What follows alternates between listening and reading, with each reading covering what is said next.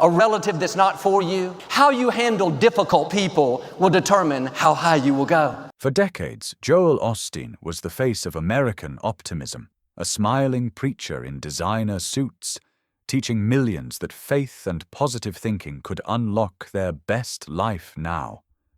From his sold-out arenas to best-selling books and televised sermons broadcast around the world, Osteen's voice became synonymous with hope, wealth, and relentless positivity. But behind that polished image, the cracks in his empire began to show. Controversies, criticism, and tragedy have reshaped how the world sees him. What once looked like divine favor now feels like a lesson in how fragile a modern ministry can be when fame, faith, and fortune collide.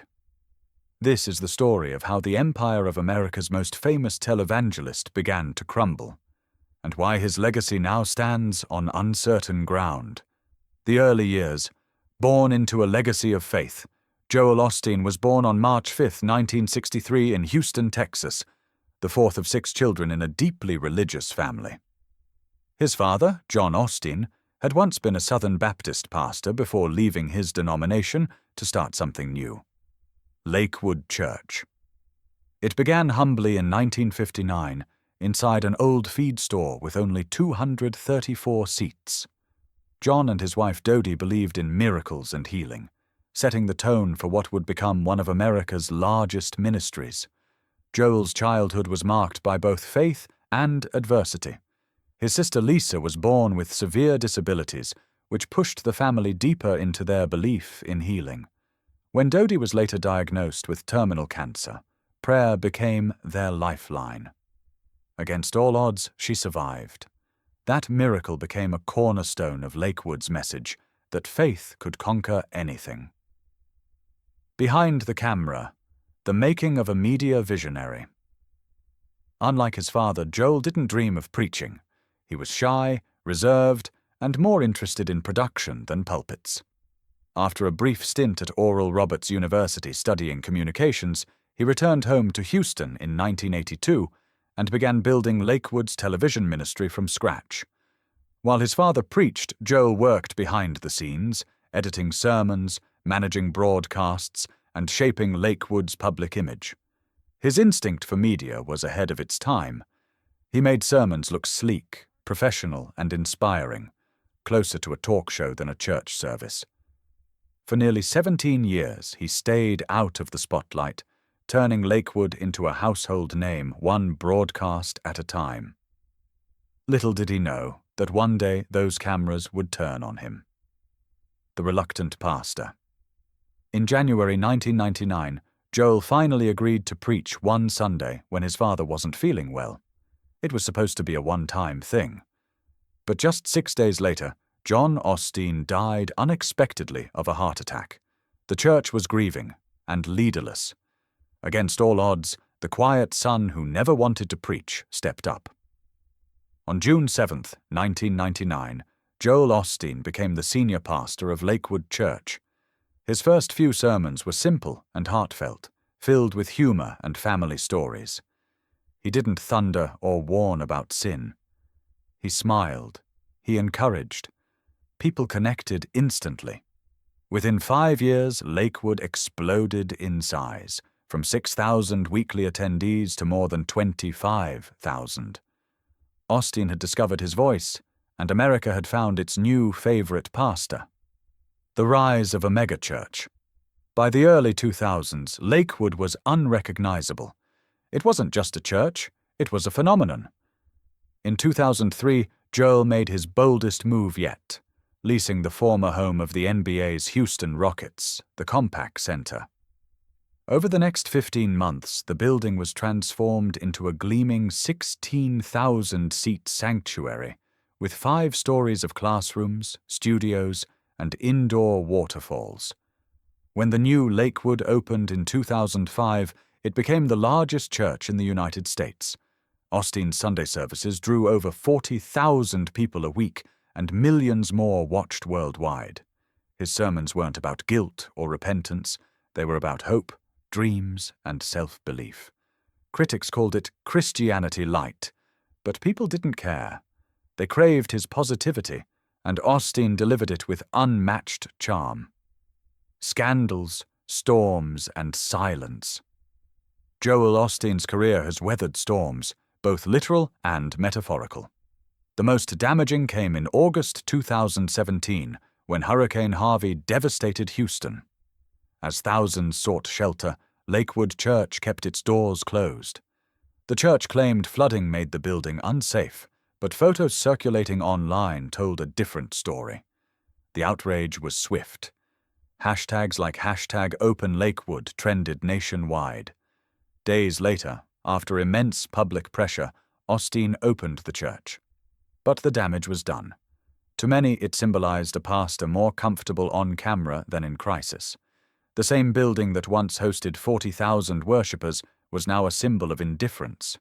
Even years later, when Osteen's team quickly responded during 2025's Hurricane Beryl by distributing supplies and opening the church, people still doubted his sincerity. The trust once built on positivity now carried a shadow of skepticism, the prosperity gospel debate. At the heart of Osteen's criticism is his message, what many call the prosperity gospel. His sermons promise that faith and positivity can lead to health, success, and wealth. To his millions of followers, that message feels empowering, but to theologians, it's deeply flawed. Traditional Christianity teaches endurance through hardship, not escape from it. Osteen's sermons rarely mention sin, repentance, or sacrifice. Instead, he focuses on confidence and affirmation. Critics call it Christianity without the cross. Theologian Michael Horton once called his message cotton candy theology, sweet but not nourishing. Yet Osteen insists he's not avoiding the hard truths, just presenting them in a way that lifts people up. It's a debate that continues to divide churches across America. The money question, financial transparency, has always been a sensitive subject for Lakewood. In 2020, during the COVID-19 pandemic, it was revealed that Lakewood had accepted a $4.4 million Paycheck Protection Program loan intended for small businesses and non-profits. The news outraged the public, especially since Osteen's personal wealth exceeded $50 million. Under growing backlash, the church returned the funds in 2021. The episode deepened the perception that Lakewood operated more like a corporation than a church. And when reports showed the church spent millions on broadcasts and administration while giving little to missions, critics felt vindicated. For many, it raised a haunting question. Had faith become just another business? Tragedy inside the church. As if financial and reputational challenges weren't enough, Lakewood faced something far worse in February 2024. During a Sunday service, a woman armed with a rifle entered the church with her 7-year-old son and opened fire. Within moments, 2 people were injured. One critically, the shooter herself killed by off-duty officers. The tragedy shocked the nation and exposed the church's vulnerabilities. Security experts later revealed that Lakewood's open design made it difficult to control threats. The attack reignited debates about gun laws, mental health, and the safety of worship spaces. Osteen's response, urging faith over fear, comforted some but frustrated others who wanted action, not platitudes. Even faith needed better protection. The loss of a matriarch. In July 2025, Joel Osteen faced a personal heartbreak. His mother, Dodie Osteen, the co-founder of Lakewood Church and the spiritual foundation of his life, passed away at 91. To the congregation, she was Mama Dodie, a living reminder of faith through suffering.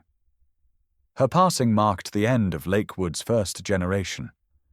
For Joel, it was more than losing a parent. It was losing the living link to his roots. Without her presence, the ministry she helped build now faced its future without its moral compass. The Osteen children and the future of Lakewood, Joel and Victoria's children, Jonathan and Alexandra, have grown up entirely in the spotlight.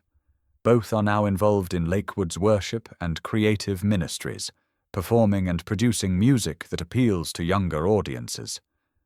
Jonathan even delivered his first sermon in 2019, signaling that the Osteen legacy may continue.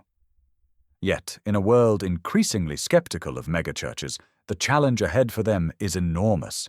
They inherit not just a pulpit, but a reputation that's been both adored and attacked. Legacy on the line, Joel Osteen's story is one of ambition, charisma, and contradiction. He built the largest church in America, inspired millions, and made faith accessible to people who had never set foot in a pew.